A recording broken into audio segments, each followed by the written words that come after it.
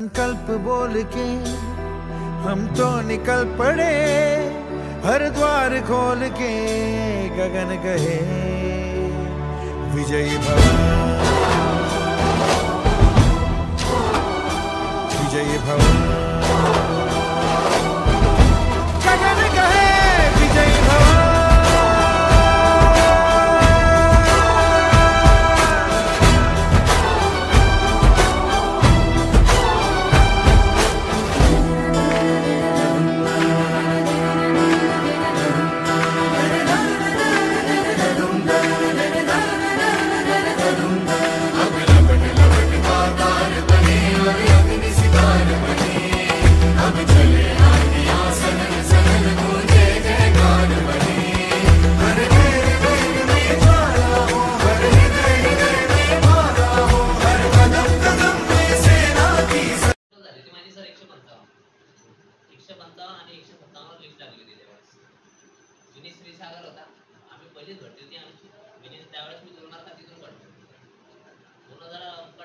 वाटला नाही कॉलेज भरती आहे बा, हे करा एन्जॉयमेंट मध्ये करा, कॉलेज लाईफ जगा, पण कॉलेज लाईफ जगलाच नाही माणूस। दुसऱ्याच वर्षी या फील्ड मध्ये आला, 18 मध्ये अजून भरती मारली, 18 मध्ये लिगामेंट फाटली, 18 नाही झालं पाहिजे असं झालं पाहिजे आपल्यासोबत।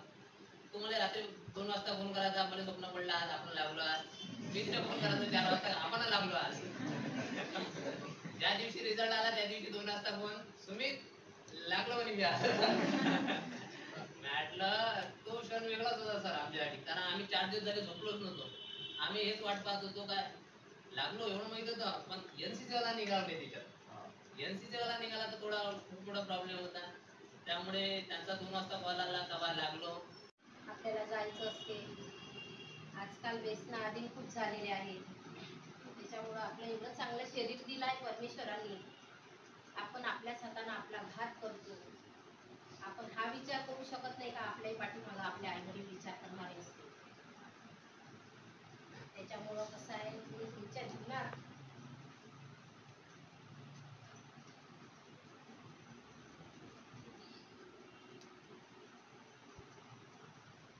चांगले यशस्वी व्हा, हेच आईवडिलांची अपेक्षा असते।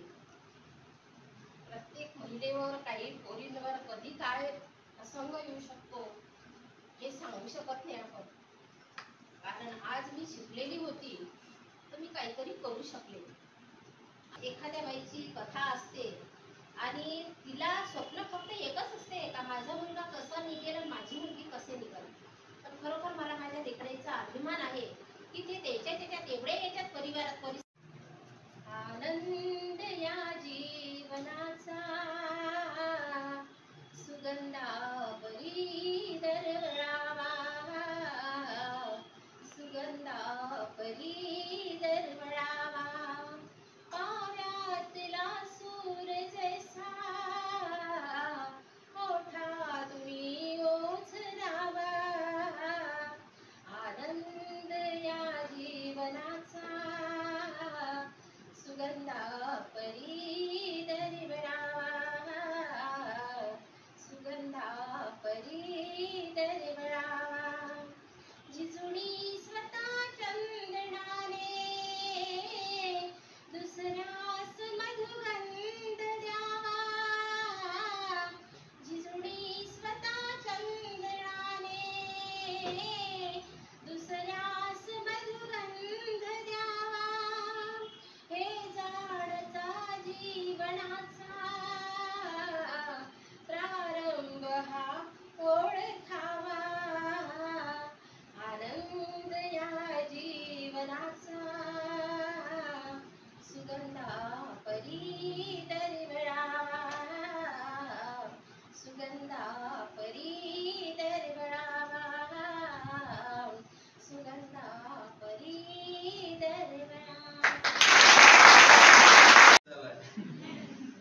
शाळेची आवडच नव्हती अजिबात, कधी आई मारत होती, कधी बाबा, कधी आजोबा। शाळेत जात होतो मस्त आणि गेलो, बस एक पिरियड संपला वापस घरी आलो की वापस मारत नेत होते। कधी कधी आमच्या गावात मारवाडी पुरा आहे, तिथे येऊन मी बसत जाऊ, मग तिथं जे ज्या काळीची गंजी असली त्याच काळी मोफत घरी, मराठीची असो की टोराठीची असो। कधी कधी तर घरी बाबांना आपडलं पलंग आवडता. आजोबा कधी कधी बाजून ठेवत होते. माझे आम्ही कुंभार आहे, बाबा आजोबा मळकी बनवत होते, त्या चाकाला बांधून ठेवत होते. मी रडत होतो, माझी बहीण रडत होती, मी हसत होतो. कधी कधी माझ्या मागं धावत होते आजोबा. पण आज आजोबाईनी, बाबाईनी, आईची, बाबांनी, मामाईनी म्हणजे यश आहे पण कौतुक करायला नाही. त्याच्यावरून असं समजते की म्हणजे असं चालू होतं.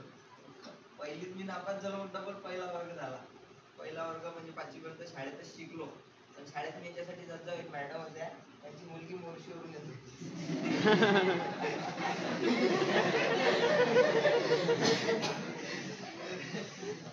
ती मुलगी माझ्याकडे बसत होती म्हणून मी शाळेत जातो. 5वी पर्यंत. आणि शाळेत 5वी पर्यंत म्हणजे बुद्धीचा विकास 1% नाही झाला.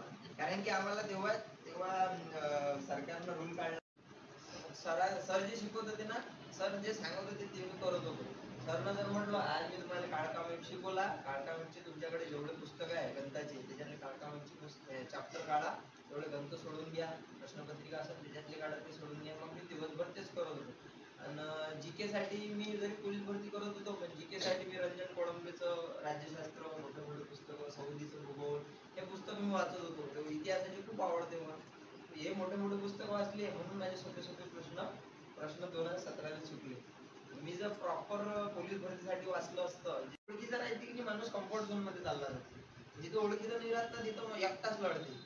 तर तिथं कम्फर्ट झोन मध्ये चाललो गेलो, कोण ओळखीचे आहे मला, कोण भेटून राहिले मोर्शी पोलीसचे, ज्यांचे ब्राह्मणवाड्याचे, परताड्याचे, चांदूरचे, शिरखेडचे, सगळे म्हणून राहिले हा मारते, हा मारते. यातले इकडे 100 आणि इकडे चुकला म्हणून झालं तसं ह्या मारते 32 बसलो फिजिकल. तोंड दाखवायचे लायकीचं मी राहिलो. इकडे 100, इकडे 32. कोणाला विश्वासही नाही होईल, कोणाला सांगतो. तर ते 32 बसलं. म्हटलं आता काही जमत नाही. 100 मारली. 100ले चूक अशी केली तिथं होती बटन सर, 67 मार्क भेटले होते. तर असं वाटतं की बा आपल्याला काही शिल्लक मागायला आपण. तर मला 1.5 महिना 3 महिने एवढे भारी गेले, मग भारी गेले. अभ्यास करायला बसलो की ऍक्सिडेंटच्या गोष्टी, कटल्याच्या गोष्टी डोक्यात येते. अभ्यासात मनच नाही लागेल, डोक्यातच नाही शिरे. मग ते तिथून कव्हर केलं. मग चांगले मित्र भेटले सपोर्ट करणारे. 2019ला समजा मग त्याचा मी क्लास घ्यायला. तिथं म्हणजे ग्रुप डिस्कशन वगैरे, आपल्याला वानकडे सरची सवय होती ग्रुप डिस्कशनची. तर ग्रुप डिस्कशन घ्यायला लागलो. मग स्वतःचा अभ्यास एवढा रिव्हिजनचीच गरज होती. अभ्यास झालेला, रिव्हिजन होऊन गेली. एवढा चालू होते. असं वाटलं आता बहिणीचं लग्न झालं, आता मीच राहिलो, मी लागलो होते. सगळं चांगलं होती, पण सगळं बहिणी काय होत असते. भरपूर लय परिस्थिती खराब होती.